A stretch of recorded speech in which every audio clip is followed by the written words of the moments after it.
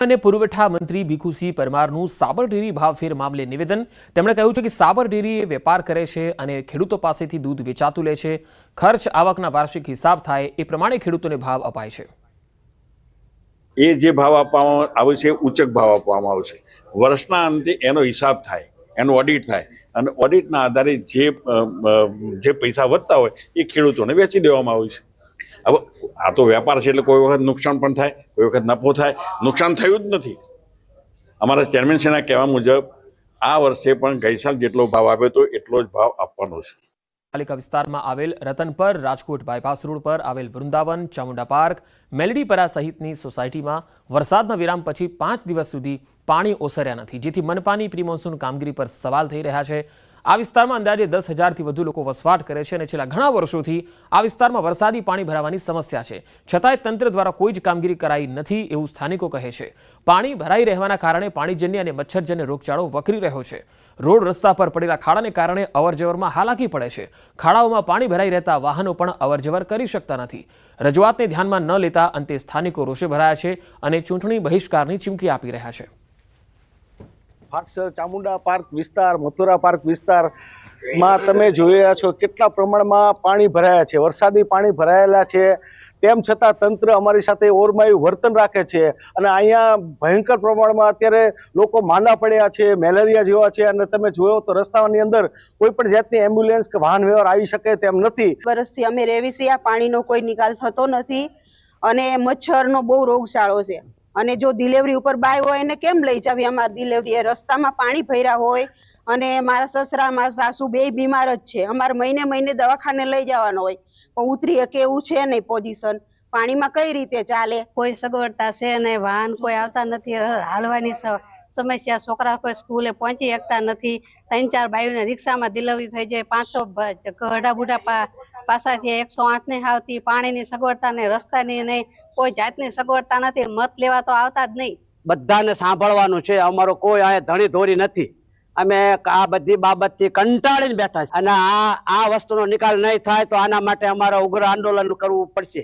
માંગરોળ તાલુકાના ઓગણીસા રતોટી ગામની સીમમાં આવેલ પ્રવાસન સ્થળ બણભા ડુંગર વેરાન બની ગયું છે। દેખરેખના અભાવે ડુંગરોથી ઘેરાયેલ બણભા ડુંગરની દુર્દશા થઈ છે। ઠેર ઠેર પ્લાસ્ટિક કચરાના ઢગલા, સ્ટેચ્યુઓ અને વિવિધ રાઇડ્સ તૂટેલી હાલતમાં છે।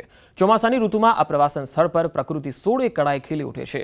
પ્રકૃતિનો આનંદ લેવા અહીં દૂર દૂરથી સહેલાણીઓ આવે છે, પરંતુ આ સ્થળે સુવિધાનો અભાવ જોઈને નિરાશ થાય છે। કરોડો રૂપિયાના ખર્ચે વિકસાવવામાં આવેલ આ સ્થળની દુર્દશા જોઈ સ્થાનિક આગેવાનો પણ ચિંતામાં જોવા મળે છે। થોડા વર્ષો પહેલા 5 કરોડના ખર્ચે આ સ્થળને પ્રવાસન સ્થળ તરીકે વિકસાવવામાં આવ્યું હતું, પરંતુ કરોડો રૂપિયાનો ખર્ચ કર્યા પછી પણ સરકારના જવાબદાર અધિકારીઓએ આ પ્રવાસન સ્થળને ભગવાન ભરોસે છોડ્યું છે। જો આ સ્થળે સુવિધા વધારવામાં આવે તો મોટી સંખ્યામાં પ્રવાસીઓ આવી શકે, સ્થાનિક લોકોને રોજગારી પણ મળી શકે।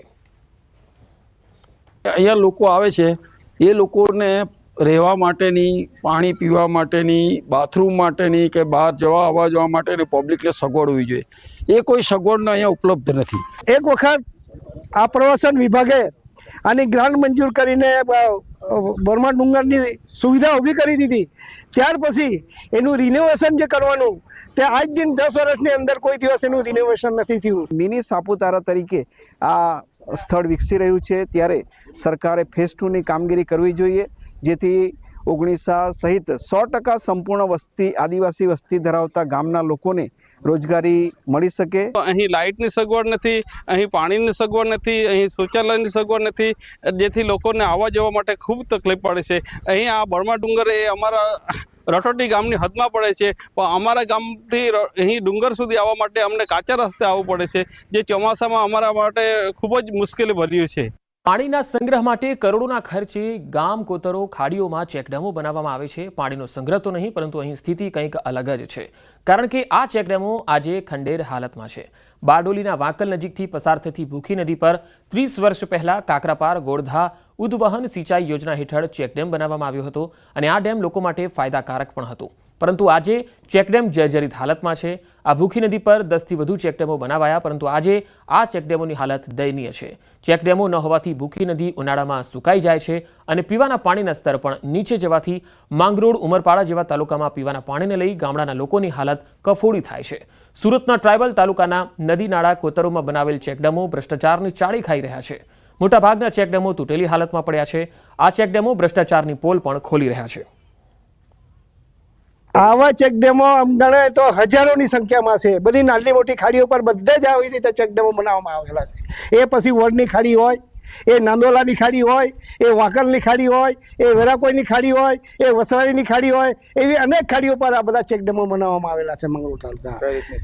હવે તમે જોયું, આ તમારી નજર સમક્ષ છે, આ જે 20 થી 25 લાખ રૂપિયાનો આ ચેકડેમ છે ને એ ચેકડેમની અંદર આજે કોઈને પડી નથી. પરંતુ હલકી કક્ષાનું મટીરિયલ અને જે પણ અધિકારીઓ છે એ લોકોની અણધટ નીતિના કારણે આ ચેકડેમનો કોઈ આજની તારીખે ધણી નથી. સુરત જિલ્લાની અંદર વિવિધ યોજનાઓમાંથી આ ચેકડેમો બનાવવામાં આવે છે. તો આજે એને કોણે બનાવ્યું એવા કોઈ બોર મારવામાં આવ્યા નથી કે એનું ફરી મેન્ટેનન્સ કે સમારકામ ક્યારે થશે તેની પણ કોઈ જાતની જાણકારી અહીંયા છે નહીં. જીવાદોરી સમાન ઠેબી ડેમ હવે પ્રથમ વખત સંપૂર્ણ ભરાશે. રાજ્યના પાણી પુરવઠા મંત્રી કુંવરજી બાવળિયાએ ઠેબી ડેમની મુલાકાત લીધી. ઠેબી ડેમના પાણીના વધામણા કર્યા. મહત્વનું છે કે 1996માં અમરેલીની ભાગોળે ઠેબી ડેમનું નિર્માણ કરવામાં આવ્યું હતું. ત્યારબાદ આજ સુધી આ ડેમ માત્ર 54% જેટલો જ ભરવામાં આવતો હતો. કારણ કે ઠેબી ડેમ સિંચાઈ યોજનામાં 126 FRL મીટર સુધી પાણી ભરવામાં આવે તો બિન સંપાદિત જમીનમાં ઉભેલા હયાત પાકને ભારે નુકસાન થાય તેમ હતું. હવે રાજ્ય સરકારે ડૂબમાં જતી જમીનનું સંપાદન કરવા અને નવો રસ્તો બનાવવાની મંજૂરી આપી. અંદાજિત 13.60 કરોડના ખર્ચે 17 હેક્ટર કરતાં વધુ જમીનનું સંપાદન કાર્ય જે છે હાથ ધરાશે. ઘણા વર્ષોથી ઠેબે ચડેલ ઠેબી ડેમનો આ પ્રશ્ન હવે ઉકેલાશે. વિસ્તારના લોકો અને ખેડૂતોને તેનો સીધો ફાયદો થશે. અમરેલી શહેરને પીવાના પાણી માટે દરરોજ પાણી મળી રહે એવું આ ઠેબી ડેમ પીવાના પાણી માટેનું રિઝર્વેશન થયેલો આ ડેમ, એમાં જમીન સંપાદન અને બાકીનું જે કંઈ કરવાનું થતું હશે એના માટેનું અમે પૂરતું ફંડ ફાળવી આપ્યું છે. હજુ પણ કાંઈ વિશેષ કરવાનું થતું હશે તો એ કરાવીને પણ 100% આ ડેમને પાણીથી ભરી શકાય. 1996થી જે પ્રશ્ન પડતર પીડ્યો હતો અને ઠેબી ડેમ એટલે અમરેલીની જીવાદોરી ગણી શકાય. અમરેલી શહેર માટે પાણીનો કાયમિક માટે પ્રશ્ન હલ કરી શકે એ પ્રકારનો જ્યારે પ્રશ્ન હતો, આજુબાજુના 20 ગામ જેટલા ગામડાઓમાં પણ ફાયદો થાય આ ડેમ ભરાવાથી. 30% ડેમ આપણે ભરાતો નહોતો. 17 હેક્ટર જમીન જે એક્વાયર કરવાની હતી એ રાજ્ય સરકારે મંજૂરી આપી દીધી છે. તો પાટણના રાધનપુરમાં 37 mm જેટલો વરસાદ પડતા નીચાણવાળા વિસ્તારોમાં પાણી ભરાઈ ગયા. રાધનપુરના મસાલી રોડ પર પાણી ભરાવાથી લોકોને હાલાકી પડી. આ વિસ્તારમાં 15 જેટલી સોસાયટીઓ આવેલી છે અને સોસાયટીના રહીશોને અવરજવરમાં હાલાકી પડે છે. વાહન ચાલકોના વાહનો પાણીમાં બંધ પડી જવાની સમસ્યા થાય છે. શાળાએ જતા વિદ્યાર્થીઓ પણ આ જ પાણીમાંથી પસાર થઈ શાળાએ જાય છે. રાધનપુર શહેરમાં વહેલી સવારથી જ વરસાદી માહોલ જામ્યો છે, પરંતુ આ દરમિયાન દ્રશ્યો હું તમને બતાવીશ કે નીચાણવાળા જે વિસ્તાર છે ત્યાં પાણી ભરાવાની સમસ્યા સામે આવે છે. આ જે દ્રશ્યો દેખાય છે તે રાધનપુરના મસાલી રોડ વિસ્તારના છે, જ્યાં લગભગ 25થી વધુ સોસાયટીઓ આવે છે અને પાણી ભરાવાના કારણે રહીશોને તેમજ આ હાઈવે ઉપર લગભગ 3 જેટલી શાળાઓ આવેલી છે. વહેલી સવારની આ શાળાઓ હોવાના કારણે શાળાએ જતા વિદ્યાર્થીઓને પણ ક્યાંક હાલાકીનો સામનો કરવો પડી રહ્યો છે. બીજી બાજુ મહત્વની વાત છે કે રાધનપુરના ધારાસભ્ય લવિંગજી ઠાકોરનો નિવાસસ્થાન પણ આ જ રોડ ઉપર આવેલો છે અને બીજી બાજુ નગરપાલિકાના જે પ્રમુખ છે ભાવનાબેન, તેમનો પણ આ વોર્ડ છે. પરંતુ મહત્વની વાત છે કે વર્ષોથી મસાલી રોડ ઉપર પાણી ભરાવાની સમસ્યા છે, તેનો નિકાલ આજ દિન સુધી નગરપાલિકા તંત્ર લાવી ચૂકી નથી. આના ઉપર સોસાયટીઓ આવેલી છે, લગભગ 25 થી 30 સોસાયટીઓ આવેલી છે. 3 શાળાઓ છે, 3 આંગણવાડીઓ છે. તકલીફ તો તમે નજરે નિહાળી રહ્યા છો કે અમારે જેનું વર્ણન કર્યા જેવું નહીં કેટલી તકલીફ પડી રહી છે અને યાતનાઓ અને તકલીફનો કોઈ પાર નથી. હું સક્ષમ છું, મારું બાળક રિક્ષામાં જાય છે, મારી પાડોશીનું બાળક રિક્ષામાં જાય છે, પણ અહીંયા એવો મધ્યમ વર્ગ વસવાટ કરે છે કે દરેકના બાળકોને આ કીચડમાં ઝાલીને જવા માટે મજબૂર છે. ગટર ઊંચી છે, વાત તમારી સાચી છે.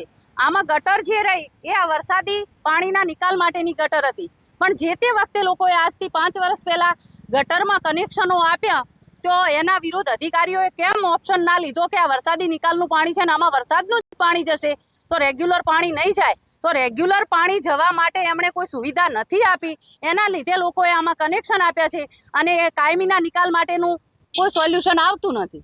રહીશોને વારંવાર મુશ્કેલી પડી રહી છે. સ્થાનિકો જણાવી રહ્યા છે કે માત્ર સામાન્ય વરસાદ નહીં, પરંતુ એક વરસાદ જ્યારે વિરામ લે છે તો પણ એક મહિના સુધી આ પાણી ભર્યો રહે છે, પરંતુ આનો નિકાલ આજ દિન સુધી પાલિકા તંત્ર લાવી શકી નથી. બીજી બાજુ ધારાસભ્યનું નિવાસસ્થાન પણ અહીંયા છે, નગરપાલિકાના પ્રમુખના પણ આ વોર્ડ છે, પરંતુ સ્થાનિકોની સમસ્યા હલ કરવા નગરપાલિકા તંત્ર ક્યાંક મામલું સાબિત થયું છે તેવા દ્રશ્યો હાલ સર્જાયા છે. અશરફ ખાન, ન્યૂઝ 18, પાટણ. તો બનાસકાંઠાના જેરડાના ગુલાબસાગર તળાવ સુધી પાણી પહોંચતા ખેડૂતોમાં ખુશી છે. ગુલાબસાગર તળાવ 100 વીઘામાં ફેલાયેલ મોટું તળાવ છે. હાલ વરસાદના કારણે 75% તળાવ ભરાયું છે. તળાવમાં પાણી આવતા આસપાસના 10 કિલોમીટર સુધી પાણીના તળ ઉપર આવશે. ગુલાબસાગર તળાવ ભરાય તો ખેડૂતોને આવનાર સમયમાં મોટો ફાયદો થશે. બનાસકાંઠાના લાખણીમાં ભારે વરસાદને પગલે રસ્તા ઉપર વરસાદી પાણી ભરાઈ ગયા છે. તમે જોઈ શકો છો, લાખણીથી ગેડા જતા રોડ પર ભારે વરસાદને પગલે નદીની જેમ પાણી ભરાયેલા છે. શનિવારના દિવસે ગેડા હનુમાન મંદિરે ભક્તો મોટી સંખ્યામાં દર્શનાર્થે આવે છે. વરસાદી પાણી રસ્તા પર ભરાતા ભક્તો મુશ્કેલીમાં મુકાયા. પાણીના નિકાલની કોઈ વ્યવસ્થા ન હોવાને કારણે દર ચોમાસામાં નદીના પાણીની જેમ રસ્તા ઉપર પાણી ભરાઈ જાય છે. વહેલી સવારથી લાખણી વિસ્તારમાં પડેલા ભારે વરસાદને પગલે લાખણીથી ગેડા રસ્તો બંધ થવાની શક્યતા છે. તો બનાસકાંઠા જિલ્લાના દિયોદર વિસ્તારમાં ગત મોડી રાત્રિથી ધોધમાર વરસાદ થયો. દિયોદર વિસ્તારમાં ભારે વરસાદના પગલે અનેક વિસ્તારોમાં વરસાદી પાણી ભરાયા. દિયોદરના બજારમાં પણ વરસાદી પાણી ભરાતા વાહન ચાલકો મુશ્કેલીમાં મુકાયા. વિરામ બાદ વરસાદ થતા લોકોએ ઠંડકનો અનુભવ કર્યો. સારા વરસાદથી ખેડૂતોમાં પણ ખુશીની લહેર છે. તો બનાસકાંઠાના ધાનેરા ડીસા હાઈવે પર વરસાદી પાણી ભરાયા. જેરડા ટેટોડા વચ્ચે 1 ફૂટ જેટલા પાણી ભરાયા. ધાનેરા ડીસાને જોડતો મુખ્ય હાઈવે છે, જ્યાં હજારો વાહનોની અવરજવર થાય છે. હાઈવે પર પાણી ભરાતા વાહન ચાલકો ત્રાહિમામ થઈ ગયા છે. અનેક ટુ વ્હીલર અહીંયા પાણીમાં બંધ પડી જાય છે. વર્ષોથી ધાનેરા ડીસા હાઈવે પર વરસાદી પાણી ભરાવાની સમસ્યા યથાવત રહે છે. તો બનાસકાંઠામાં ભારે વરસાદથી રસ્તાઓ પર પાણી ભરાયા. નીચાણવાળા વિસ્તારોમાં સમસ્યા સર્જાઈ છે. ડીસાના કંસારી ગામે વરસાદથી પશુપાલકો મુશ્કેલીમાં મુકાયા. રસ્તા ઉપર વરસાદી પાણી ભરાતા ગામનો સંપર્ક તૂટ્યો છે. વહીવટી તંત્રને રજૂઆત છતાં નિકાલની વ્યવસ્થા નહીં થવાથી લોકો રોષે ભરાયા. ગામજનોની તાત્કાલિક પાણી નિકાલ અને નવા રોડની માંગ ચાલી રહી છે. નાના બાળકોને સ્કૂલ કેવી રીતે મેળવાના, અને અમે ખૂબ પરિસ્થિતિ આ રસ્તો કઈ કરીને સુધારો. અમે બહુ પરિસ્થિતિ અમે સાહેબ અમે અહીં ચાલી નહીં શકતા. અમે દવાખાને બહુ બીમાર હોય, ગંડા બુઢા તો કેવી રીતે લઈને ચાલવાના. અમારે કોઈ રસ્તો આવવાન કાઢવાનો અમારે કોઈ રસ્તો નહીં. અને તમે કોઈ બી કરીને અમારી વિનંતી સુનો. પાણીનો એટલો પ્રોબ્લેમ છે. અહીં ગામજનો સંપર્ક વિહોણા થઈ ગયા છે. ગામ સુધી ખેતરોના લોકો જે છે એ ગામ સુધી સંપર્ક માણી શકતા નથી. અને રસ્તામાં એટલું બધું પાણી ભરાયું છે કે ખાડા એટલા બધા પડી ગયા છે, ઝાડવાઓ ઉપર એટલા બધા વધી ગયા છે કે એનો હવે કંઈક નિકાલ લાવો. પ્રજાપતિ નગરમાંથી શમશાન સુધી રસ્તો આ રીતે ચાલે છે. અને અહીંયા બધો રસ્તો કૂવાનો ચાલે છે, દૂધ ભરાઈ નથી શકતા. અમારે પાણી બાબતે આ નિકાલ, આ રસ્તો સારો થવો જોઈએ એ અમારી માંગ છે. અમારે કોઈને ડિલિવરી હોય તો કેવી રીતે લેવાનું, કોઈને તાવ કફ હોય તો કેવી રીતે લેવાનું, કોઈને દૂધ ભરાવાનું હોય તો કેવી રીતે લેવાનું. 10 વર્ષથી હોય એડો રસ્તો હોય, કોઈ બાળ બચ્ચાને નિશાળે ભણવા કે મોકલવાના. વરસાદને લઈ ગામથી ગામને જોડતા રસ્તાઓ બંધ થયા છે. ડીસાના શેરપુરા, યાવરપુરા, લક્ષ્મીપુરા સહિતના વિસ્તારોમાં ભારે વરસાદને લઈ રસ્તાઓ બંધ થઈ ગયા છે. રસ્તા પર નદીની જેમ પાણી વહેતું થયું છે અને વાહન વ્યવહાર ઠપ્પ થયો છે. રસ્તા ઉપર પાણી ભરાઈ જતા પશુપાલકો, ખેડૂતો, વિદ્યાર્થીઓ મુશ્કેલીમાં મુકાયા છે. ડીસાથી અનેક ગામોને જોડતા રસ્તા ઉપર વરસાદી પાણી ભરાતા દર વર્ષે ચોમાસામાં રસ્તાઓ બંધ થઈ જાય છે. રસ્તાઓનું પાણી ખેતરમાં જતા ખેડૂતોને પણ નુકસાન થઈ રહ્યું છે. ડીસા તાલુકાના ગામડાઓમાં વરસાદી પાણીથી ખેતરો નદીમાં ફેરવાઈ ગયા છે.